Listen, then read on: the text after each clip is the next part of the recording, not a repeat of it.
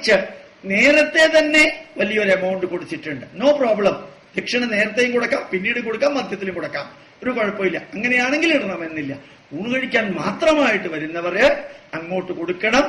അത് വളരെ നിർബന്ധമായിട്ടതാണ്. അത് സമർപ്പണം. നല്ല രീതിയിൽ പൂവ്, അതുപോലെ തന്നെ തിരി, എണ്ണ, കർപ്പൂരം, ചന്ദനത്തിരി എല്ലാം സമർപ്പണം അങ്ങോട്ട് കൊടുക്കാം. അപ്പോ ശ്രവണം, ദർശനം, കീർത്തനം, സ്മരണം, വന്ദനം, അർച്ചനം, സമർപ്പണം, സേവനം. അമ്പലം സേവനത്തിന്റെ കേന്ദ്രമാണ്. അമ്പലം പഠിപ്പിക്കാനുള്ള കേന്ദ്രമാണ്. അമ്പലത്തിന് പണ്ടത്തെ പേര് പള്ളി. പള്ളി എന്ന അമ്പലത്തിനെ പറയാം. അതിനോട് ചേർന്ന കെട്ടിടത്തിന് പേരാണ് പള്ളിക്കൂടം. അമ്പലത്തിനോട് ചേർന്ന കെട്ടിടത്തിന്റെ പേര് പള്ളിക്കൂടം. അവിടെ വിദ്യാഭ്യാസം. അമ്പലത്തിലെ വഴിപാടാണ് അധ്യാപകർക്ക് ശമ്പളം കൊടുക്കുക. അമ്പലത്തിനോട് ചേർന്നിട്ടുള്ള ആശുപത്രി ഉണ്ട്. അതിന്റെ പേരാണ് ധർമാശുപത്രി. ധർമാശുപത്രി എന്ന് വെച്ചാല് ചികിത്സിക്കുന്നത് ധർമ്മത്തിന്റെ ഭാഗമാണ്. അപ്പൊ മൃഗാശുപത്രിയും ധർമാശുപത്രിയാണ്, മനുഷ്യന്റെ ആശുപത്രിയും ധർമാശുപത്രിയാണ്. അമ്പലം സേവനത്തിന്റെ കേന്ദ്രമാണ്. അമ്പലത്തിനകത്ത് അറകളുണ്ട്. ദാരിദ്ര്യം നാട്ടിൽ വരുമ്പോ അറകളിൽ നിന്നാണ് നെല്ലെടുത്ത് കൊടുക്കാം. അപ്പൊ ഈ അമ്പലത്തിന്റെ ലക്ഷ്യം, അമ്പലം എന്ന് പറയുന്നത് ഗ്രാമത്തിന്റെ തലസ്ഥാനം, പ്രതിഷ്ഠ എന്ന് പറയുന്നത് ഗ്രാമാധിപൻ. അമ്പലം ഗ്രാമത്തിന്റെ തലസ്ഥാനം, പ്രതിഷ്ഠ ഗ്രാമാധിപൻ. ഇപ്പൊ ശരിക്ക് അമ്പലം എന്ന് പറയുമ്പോൾ വെറും പ്രാർത്ഥനാലയം മാത്രമല്ല, ഒരു ഗ്രാമത്തെ ആട്ടിമൂട്ടി വികസിപ്പിക്കാനുള്ള കേന്ദ്രമാണ്. ഞാനൊരു മലയാളിയല്ല, ഞാൻ കർണാടകത്തുകാരനാണ്. എന്റെ മദർ ടങ്ങും കന്നഡയാണ്. എന്റെ ക്ഷേത്രം പടുബിദ്രി എന്ന് പറയും. ബോർഡറിൽ നിന്ന് കുറേ പോയി കഴിഞ്ഞാൽ പടുബിദ്രിയിൽ ഇറങ്ങി വലത്തോട്ട് എല്ലൂരിലേക്ക് പോയാൽ 6 കിലോമീറ്റർ പോയാല് ഈ എല്ലൂർ മഹാദേവ ക്ഷേത്രമുണ്ട്. ഇന്നും ആ പ്രദേശത്തിലെ 1.8 ലക്ഷം 2 ലക്ഷം ആൾക്കാരില് ഒരാൾ പോലും കോടതിയിൽ പോവില്ല, കോർട്ടിൽ പോവില്ല. ഈ അമ്പലത്തിലാണ് വ്യവഹാരങ്ങളെല്ലാം തീർക്കുക. ഇവിടെ വന്നിട്ട് രണ്ടുപേരും അവരുടെ ദുഃഖം പറയും. പൂജാരി ഇതെല്ലാം കേട്ടിട്ട് അതിനൊരു പ്രായശ്ചിത്തം നിർദ്ദേശിക്കും. 2 രൂപ കെട്ടിയാല് ഒരു കരിക്ക് തരും. രണ്ടുപേരും ഓരോ കരിക്കെടുത്ത് നേരെ ശ്രീകോവിലിന്റെ മുമ്പിൽ വെക്കണം. അകത്ത് പൂജിച്ച 2 തുളസിമാല പുറത്തേക്ക് കൊണ്ടുവന്ന് വാദിയുടെയും പ്രതിയുടെയും കയ്യിൽ തുളസിമാല കൊടുക്കും. ഈ പ്രതി വാദിയുടെ കഴുത്തിൽ മാലയിടും, വാദി പ്രതിയുടെ കഴുത്തിൽ മാലയിടും. രണ്ടുപേരും പരസ്പരം തൊഴും. അന്ന് ആ പൂജാരിയുടെ കൂട്ടത്തിലാണ് ഈ വാദിയുടെയും പ്രതിയുടെയും ഭക്ഷണം. ഇന്നുകൊണ്ട് ഗുജറാത്തിലെ എത്രയോ പ്രദേശത്ത് കോടതിയേ ഇല്ല.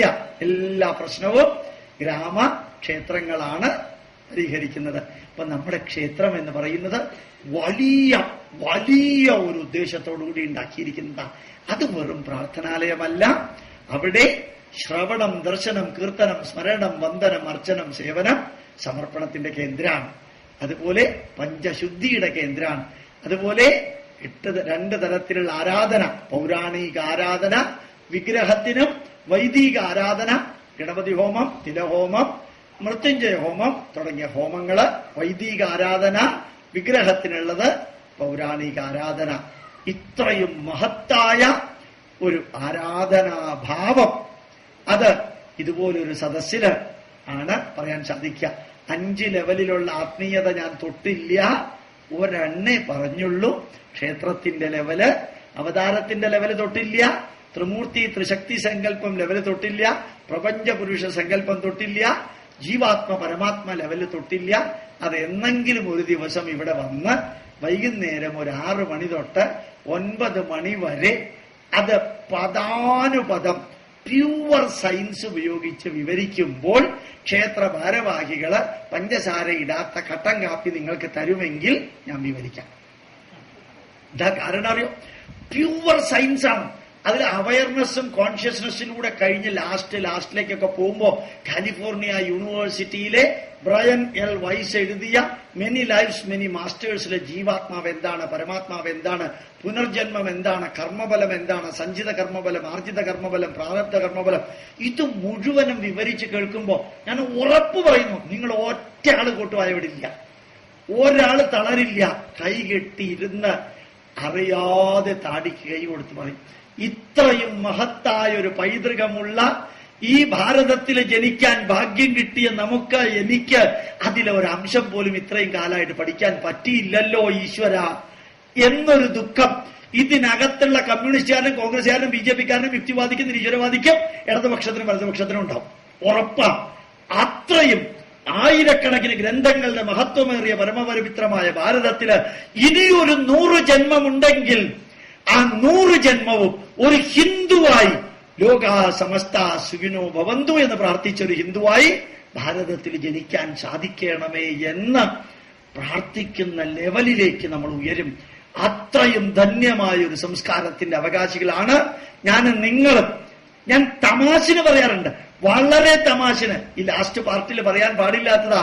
പണ്ട് നമ്പൂതിരിമാര് ഊണ് കഴിക്കുന്നതിന് സമയത്ത് കുറച്ച് ഓം ഭൂർഭുവസ്വഹ മൃതന്വാസത്തേന വൃഷിം ചെയ്യാമി ഭൂർഭുവസ്വരോ മന്ദശ്ചരതി ഭൂതേഷു ഗുഹായാം സർവതോമുഖ ത്വം യജ്ഞ ത്വം വഷത്കാര ത്വം വിഷ്ണു വൃഷപ്പര പ്രാണായ സ്വഹ വാനായ സ്വഹ വ്യാനായ സ്വഹ എന്ന് പറഞ്ഞ് ഒന്നില്ലെങ്കിൽ അത് പറയുന്നതിന് മുമ്പ് അല്ലെങ്കിൽ കുറച്ച് ചോറെടുത്ത് വലത് സൈഡിൽ ഇങ്ങനെ ഇലയുടെ സൈഡിൽ വെക്കുന്ന ഒരു സിസ്റ്റമാണ്. ഇന്നാരും ചെയ്യാറില്ല എന്നാ എനിക്ക് തോന്നണേ. ചെയ്തിട്ടുണ്ടോ എനിക്ക് അറിഞ്ഞൂടാ. എന്താ അറിയാമോ അതിന്റെ മന്ത്രം? ആ ചോറ് വെക്കുന്ന മന്ത്രം എന്താ അറിയോ? യമായ ധർമ്മരാജായ മൃത്യവേച്ച അന്തകായ ച വൈവസ്വതായ കാലായ സർവഭൂതക്ഷയായ ച അവിദംബരായ ദദ്നായ നീലായ പരമേഷ്ഠിനെ മൃഗോദരായ ചിത്രായ ചിത്രഗുപ്തായ തേ നമഃ. യമധർമ്മരാജാവിന്റെ 14 പര്യായ ഊണ് കഴിക്കുന്ന സമയത്തെ സാമ്പാറ്, ഓലൻ, എരിശ്ശേരി, പുളിശ്ശേരി, തലശ്ശേരി, കൊലശ്ശേരി ഒക്കെ ഇട്ട് ഊണ് കഴിക്കാൻ പോകുമ്പോ 14 പ്രാവശ്യം യമധർമ്മരാജാവിനെ വിളിക്കുക. എന്തിനറിയോ? എപ്പോഴാ പോണേ എന്നറിഞ്ഞൂടാ. ഇത് തീരുന്നവരെങ്കിലും കൊണ്ടുപോവല്ലേ. എന്തൊരു ഓർമ്മിപ്പിക്കലാ നോക്കണം. ഞാൻ അതിന്റെ ശരിക്കുള്ള റിച്വൽ അല്ല. ഈ ഊണ് കഴിക്കുന്ന സമയത്തും ഓർക്കണം, we are not permanent in this world. ഈ ലോകത്തിൽ നമ്മൾ സ്ഥിരമല്ല. തിരിച്ചു പോകുന്ന ദിവസമുണ്ട്. കാലം കോഴി കൂവിയാൽ മരണം എന്ന് പറഞ്ഞത് കാലം കോഴിയും കാലനും മരണവുമായിട്ട് ഒരു ബന്ധമില്ല. ഇടയ്ക്കൊന്ന് ഓർമ്മിപ്പിക്കുന്നു. പട്ടി പ്രത്യേക രീതിയിൽ കുരച്ചാൽ ഇതാ കാലൻ വരുന്നു. ഒരു കാലനും ഒരു MLA വരില്ല പട്ടി കുരച്ചാല്. പക്ഷേ ഒന്ന് ഓർമ്മിപ്പിക്കുന്നു, മരണമുണ്ട്. കാക്ക കുളിച്ചാൽ ഉടനെ മരണം. ഇതൊന്നും മരണമില്ലെന്ന് നമ്മുടെ പൂർവികർക്കറിയാം. പക്ഷേ നമ്മൾ ഈ ഭൂമിയിൽ സ്ഥിരമല്ല. എല്ലാവരും പറയുന്നു 916, ഞങ്ങൾ നൽകുന്നു 916. ജനകോടികളുടെ വിശ്വസ്ത സ്ഥാപനത്തിൽ നിന്ന് മാലയൊക്കെ മേടിച്ചിട്ടാലും നിങ്ങളെല്ലാം ചത്തുപോകും, അതുറപ്പാ. അതൊന്ന് ഓർമ്മിപ്പിക്കണ്ടേ? അതിനാണ് ഇതെല്ലാം. ശരിക്ക് ഈ ഭാരതീയ പൈതൃകം പദാനുപദം ഒന്ന് പഠിച്ചാൽ അതിൽ നിന്ന് കിട്ടുന്ന സംതൃപ്തിക്ക് തുല്യമായി വേറെ ഒരു സംതൃപ്തിയും ഉണ്ടാവില്ല. നേരത്തെ പറഞ്ഞതുപോലെ 5 പോയിന്റും കൂടി ചേർത്ത് പറയണമെന്നാ വിചാരിച്ചത്. പക്ഷെ ക്ഷേത്രത്തിന്റെയും ശിവലിംഗത്തിന്റെയും മഹാവിഷ്ണുവിനെയും ബ്രഹ്മാവിനെയും കുറിച്ചൊക്കെ പറഞ്ഞു കഴിഞ്ഞപ്പോ സമയം ഏതാണ്ട് ഇത്രത്തോളായി. സന്തോഷമുണ്ട്, സംതൃപ്തിയുണ്ട്. എന്നെങ്കിലും ഒരു ദിവസം ഇവിടെ വന്ന് താല്പര്യമുള്ളവർക്ക് ഒരു 1.5 മണിക്കൂർ വേദപാരായണം എന്താണെന്ന് വിവരിക്കുന്ന, വേദം പഠിക്കാനും കൂടി ഇതേപോലെ ഇരിക്കണം. ഇന്ന് രാത്രി ആയതുകൊണ്ട് പറ്റില്ല, വേറെ കാര്യങ്ങളൊക്കെ ഉണ്ട്. നല്ലതാ, നല്ല സ്വരത്തോടു കൂടി വേദം വായിക്കാം. ജന്മനാൽ ജായതേ മർത്യ, ജന്മം കൊണ്ട് നമ്മളെല്ലാം മനുഷ്യരാണ്. കർമ്മണാൽ ജായതേ ദ്വിജ, കർമ്മം കൊണ്ട് നമ്മൾ clerk, engineer, doctor, chartered accountant, advocate, judge, മന്ത്രി, ഇങ്ങനെ കർമ്മം കൊണ്ട്. ബ്രഹ്മജ്ഞാനേന ഏവ ബ്രാഹ്മണ യഹ മനുഷ്യ ബ്രഹ്മജ്ഞാനം പ്രാപ്നോതി സ ഏവ ബ്രാഹ്മണ ഇതി നാംന ജ്ഞാതവാൻ. ബ്രഹ്മജ്ഞാനം കിട്ടിയവന്റെ പേരാണ് ബ്രാഹ്മണൻ. ബ്രാഹ്മണനെ വേദം വായിക്കാവൂ എന്നല്ല പറഞ്ഞിരിക്കുന്നത്. നമ്മുടെ വേദങ്ങൾ എഴുതിയത് 209 ഋഷിവര്യന്മാരാണ്. ഭാരതീയ വിചാരധാര എന്ന പുസ്തകത്തിൽ ഞാനത് പറഞ്ഞിട്ടുണ്ട്. 209 ഋഷിവര്യന്മാര് എല്ലാം ക്ഷത്രിയ കുലത്തിൽ ജനിച്ചവരാണ്. വേദത്തെ 4ആയിട്ട് പകുത്തത്. ജ്ഞാനകാന്ഡം, കർമ്മകാന്ഡം, കലാപരമായിട്ടുള്ളത്, സാധാരണ ജനങ്ങൾക്ക് വേണ്ട ഋഗ്വേദം, യജുർവേദം, സമവേദം, അഥർവവേദം തിരുത്തിയത്. മത്സ്യഗന്ധിയിൽ ജനിച്ച കൃഷ്ണദ്വൈപായൻ എന്ന മുക്കുവ കുടിലിൽ ജനിച്ച വേദവ്യാസനാണ്, മറക്കരുത്. നമ്മുടെ ആചാരങ്ങൾ എഴുതിയത് കൊടമുണ്ടാക്കുന്ന കുലത്തില്, കുശവ കുലത്തിൽ ജനിച്ച മഹീദാസ ഐതരേയൻ. ഇതര എന്ന വേശ്യാസ്ത്രീയിൽ ജനിച്ച ചണ്ടാള വംശത്തിൽ ജനിച്ച ഋഷിയാണ് നമ്മുടെ ആചാരങ്ങൾ എഴുതിയത്. അങ്ങനെ സർവ്വതിനെയും സ്വീകരിക്കാൻ യോഗ്യത കാണിച്ച പരമപവിത്രമായ ഭാവ രാഗ താളമുള്ള രാഷ്ട്രം ഭാരതം, ഭാവരാഗ താളമുള്ള രാഷ്ട്രത്തില് ജനിക്കാൻ ഭാഗ്യം കിട്ടിയ നമ്മള് ISRO പോലെ നാസയിൽ പോയിരുന്നു 3 കൊല്ലം മുമ്പ്. ജൂലൈ മാസത്തില് 36,000 ശാസ്ത്രജ്ഞന്മാരുള്ളതില് 16,000 ശാസ്ത്രജ്ഞന്മാരും വേദമന്ത്രങ്ങൾ കേട്ടുകൊണ്ടാണ് റിസർച്ച് നടത്തുന്നതെന്ന് ഞാൻ കേട്ടതല്ല, അവിടെ പോയി കണ്ടതാ. ഹ്യൂസ്റ്റണിൽ പോയിട്ട് കണ്ടു. ഹ്യൂസ്റ്റണിൽ നിന്ന് 36 മൈൽ അകലെയുള്ള നാസയില് അവര് വേദമന്ത്രം കേട്ടുകൊണ്ട് വേദത്തെ വേൾഡ് ഹെറിറ്റേജ് ആയിട്ട് അംഗീകരിച്ചിരിക്കുന്നു. വേദം പഠിക്കാൻ എളുപ്പമല്ല, ബുദ്ധിമുട്ടാ. എങ്കിലും വേദം പഠിക്കാനുള്ള ഇച്ഛാശക്തി മനസ്സിലുണ്ടെങ്കിൽ അതൊന്ന് വായിക്കേണ്ടത് എങ്ങനെയാണെന്നും അതിനെക്കുറിച്ചുള്ള തെറ്റിദ്ധാരണകളൊന്ന് മാറ്റിക്കിട്ടാൻ വേണ്ടി കുറെ പേരെങ്കിലും പഠിക്കാൻ താല്പര്യമുള്ളവർ വരണം. എനിക്ക് വേണ്ടിയല്ല, നിങ്ങൾക്ക് വേണ്ടി. നിങ്ങളുടെ സൗകര്യമുള്ള ദിവസത്തിൽ വരാൻ പറ്റില്ല, എന്റെ സൗകര്യമുള്ള ദിവസം നിങ്ങൾ വരണം. കാരണം പ്രഭാഷണത്തിന് നിങ്ങളുടെ സൗകര്യമുള്ള ദിവസം, വേദപഠനത്തിന് ഈ പോകുന്ന പോക്കിന് SMS വരും, ഇന്ന ദിവസം ഇന്ന സമയത്തിൽ ഇന്ന ക്ലാസ് ഉണ്ട്. ആ സമയത്ത് വരാൻ സാധിക്കുന്നവർക്ക് ക്ലാസ് എടുക്കുന്നുണ്ടാവും. ധന്യമായ ഈ വേദിയിൽ ഇരിക്കുന്നവരോട് അഭ്യർത്ഥിക്കാനുള്ളത്, ഒരിക്കലെങ്കിലും ഈ പ്രാവശ്യമാണെങ്കിൽ ആഗസ്റ്റ് 2 തൃശ്ശൂര് കേച്ചേരിക്ക് അടുത്തുള്ള മഴുവഞ്ചേരി എന്ന സ്ഥലത്ത് പിതൃകർമ്മത്തിന് വരിക. അർത്ഥമറിഞ്ഞ് പിതൃകർമ്മം ചെയ്യുക. പിന്നെ നിങ്ങൾ എവിടെ പോയിട്ടല്ലേ പിതൃകർമ്മം ചെയ്യുക.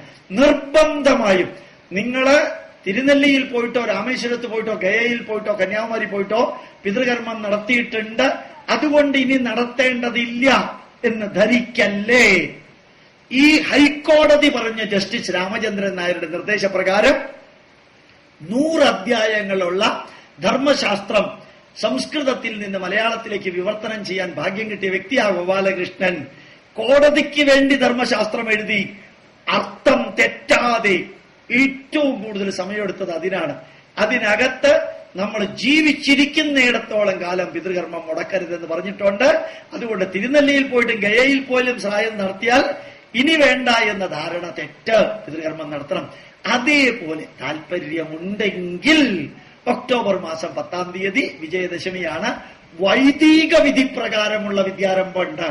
നാരായം കൊണ്ട് കയ്യിലെഴുതി, സ്വർണം കൊണ്ട് നാക്കിലെഴുതി, അരിയിൽ കൈകൊണ്ടെഴുതി, പൂ കൊണ്ടെഴുതി, ശിരോലിഖിതത്തിൽ എഴുതി, 5 രീതിയിലുള്ള വൈദിക വിധി പ്രകാരമുള്ള വിദ്യാരംഭം ചെയ്യാൻ കുട്ടികളുണ്ടെങ്കിൽ ഒക്ടോബർ 10-ാം തീയതി ഞങ്ങൾ അവിടെ ഉണ്ടാവും, ഞാൻ ഉൾപ്പെടെ. നല്ല രസമായിട്ട് നമ്മളുടെ ധന്യമായ ആചാരങ്ങളെ അന്ധവിശ്വാസങ്ങളും ദുരാചാരങ്ങളും ഇല്ലാതെ തിരിച്ചു കൊണ്ടുവരുന്നത് വരെ വിശ്രമിക്കരുത്. ബുദ്ധിക്കും യുക്തിക്കും ശാസ്ത്രത്തിനും നിരക്കാത്തത് നമ്മുടെ പൂർവികർ പറഞ്ഞിട്ടില്ല. ഈ കാലയളവിൽ ആരെങ്കിലും തിരുത്തിയിട്ടുണ്ടെങ്കിൽ അത് തിരുത്തിയവന്റെ കുഴപ്പമാണ്, നമ്മുടെ പൂർവികന്റെ കുഴപ്പമല്ല. അത്രയ്ക്കും ബുദ്ധിക്കും സയന്റിഫിക്കലി, ലോജിക്കലി, റാഷണലിയാണ് നമ്മുടെ പൂർവികർ ആചാരങ്ങൾ പറഞ്ഞിരിക്കുന്നത്. മനസ്സിലാക്കാൻ പറ്റുന്നില്ല, അല്ലെങ്കിൽ ചിലര് തെറ്റിദ്ധരിപ്പിക്കുന്നു. അത് തെറ്റിദ്ധരിപ്പിക്കുന്നവന്റെ കുഴപ്പം. നക്ഷത്രപ്പൊരുത്തം നോക്കാൻ പറഞ്ഞിട്ടില്ല പൂർവികര്. പറഞ്ഞിരിക്കുന്നത് വിദ്യ, വിത്തം, കുലം, രൂപം, മനം, ശീലം, പ്രായം, ആരോഗ്യം. ആണിന്റെയും പെണ്ണിന്റെയും 8 പാരാമീറ്ററാണത്. അല്ലാണ്ട് രാശിപ്പൊരുത്തം, രാശ്യാധിപപ്പൊരുത്തം, സ്ത്രീദീർഘപ്പൊരുത്തം, രജ്ജുപ്പൊരുത്തം, വേദപ്പൊരുത്തം, അത് മഹേന്ദ്ര പൊരുത്തം, ഗണപ്പൊരുത്തം, യോനിപ്പൊരുത്തം, ദിനപ്പൊരുത്തം, ഈ 10 അല്ല പറഞ്ഞിരിക്കുന്നത്. ശ്രീരാമന്റെയും ലക്ഷ്മണന്റെയും ജാതകം വിശ്വാമിത്രൻ നോക്കിയത് വിദ്യ, അക്കാഡമിക് ക്വാളിഫിക്കേഷൻ, വിത്തം, ഫിനാൻഷ്യൽ ക്വാളിഫിക്കേഷൻ, വിദ്യ, വിത്തം, കുലം, രൂപം, ശീലം, മനം, പ്രായം, ആരോഗ്യം. 8 എണ്ണാണ്. അപ്പോഴും തെറ്റുപറ്റിയത് നമുക്കാ. 7 വർഷം ജ്യോതിഷം പഠിക്കാൻ ഭാഗ്യം കിട്ടിയ ഗോപാലകൃഷ്ണൻ 2 പുസ്തകം ജ്യോതിഷത്തെ കുറിച്ച് എഴുതിയിട്ടുണ്ട്. ഇന്നും ആരും പറഞ്ഞിട്ടില്ല അതിനകത്ത് തെറ്റുണ്ടെന്ന്. ഒരാളും പറഞ്ഞിട്ടില്ല. അത്ര ആലോചിച്ചിട്ടാണ് എഴുതിയിരിക്കുന്നത്. യുക്തിവാദികളുടെ രീതിയിലല്ല, ഈ ജ്യോതിഷം പഠിച്ച വ്യക്തിയുടെ രീതിയിൽ തന്നെയാണ് എഴുതിയിരിക്കുന്നത്. വിഷയം മാറിപ്പോയതല്ല. അന്ധവിശ്വാസവും ദുരാചാരവും ഉണ്ടാകരുതെന്ന് ഓർമ്മിപ്പിക്കാൻ വേണ്ടി പറഞ്ഞു. അതേപോലെ തന്നെ ഈ പ്രദേശത്ത് എവിടെയെങ്കിലും പ്രഭാഷണം ഉണ്ടെങ്കിൽ അവിടെ ഒരു സ്ലിപ്പ് വെച്ചിട്ടുണ്ട്. അതിൽ മൊബൈൽ നമ്പർ എഴുതിയിട്ടാല് നിങ്ങൾക്ക് SMS കിട്ടും. പ്രഭാഷണം ഉണ്ടെങ്കിൽ അതിൽ തന്നെ വി എന്ന് ഇംഗ്ലീഷിൽ വേദത്തിന്റെ വി എഴുതിയാല് ഈ ഭാഗത്ത് വേദത്തിന്റെ ക്ലാസ് ഉണ്ടെങ്കിൽ ആ ക്ലാസ് ഉണ്ടെന്ന് തലേ ദിവസമായിരിക്കും SMS കിട്ടുക. നിങ്ങൾക്ക് ആ മെസ്സേജ് ലഭിക്കുന്നുണ്ടായിരിക്കും.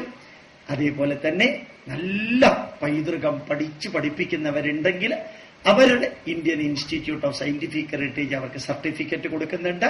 ബയോഡാറ്റ ഫില്ല് ചെയ്ത് തന്നാൽ അവർക്ക് ടെലിഫോണിക്കലി അരമണിക്കൂർ ഇന്റർവ്യൂ ഉണ്ടാവും.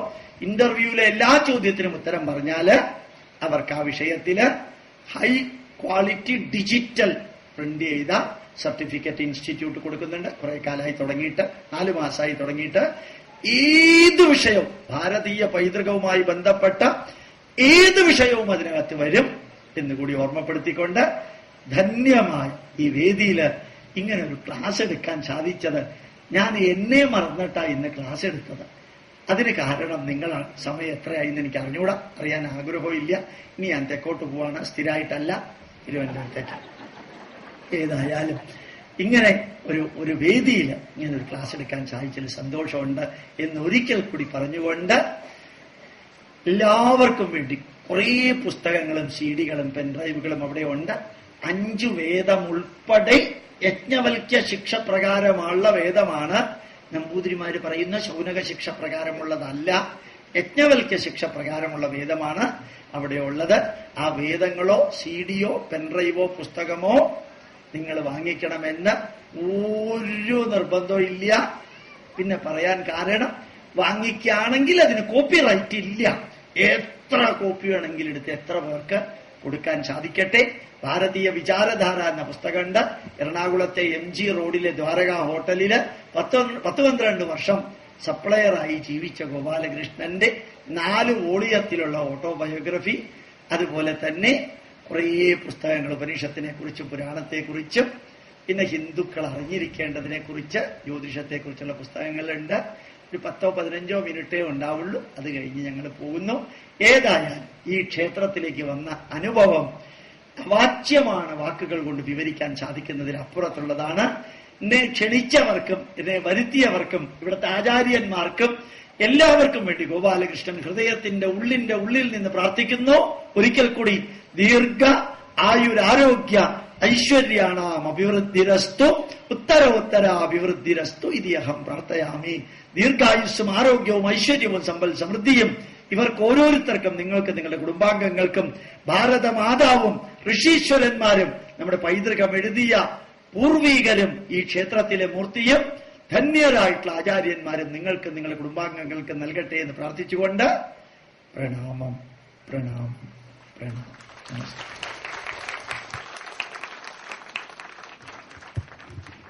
ശംഭോ മഹാദേവ, ശംഭോ മഹാദേവ. സ്നേഹാദരം സമർപ്പിക്കുന്ന സന്തോഷ്.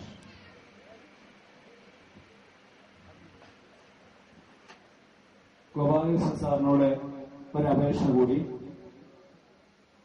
അങ്ങ് പറഞ്ഞ ആ 4 സ്റ്റേജ് കേൾക്കുന്നതിന് വേണ്ടി കട്ടൻ കാപ്പിയും തിളപ്പിച്ച് ഞങ്ങൾ ഇവിടെ ഉണ്ടാവും. അങ്ങയുടെ ഒരു ദിവസത്തിനായി ഞങ്ങൾ ഇന്നു മുതൽ കാത്തിരിക്കുന്നതാണ്. ശംഭോ മഹാദേവ.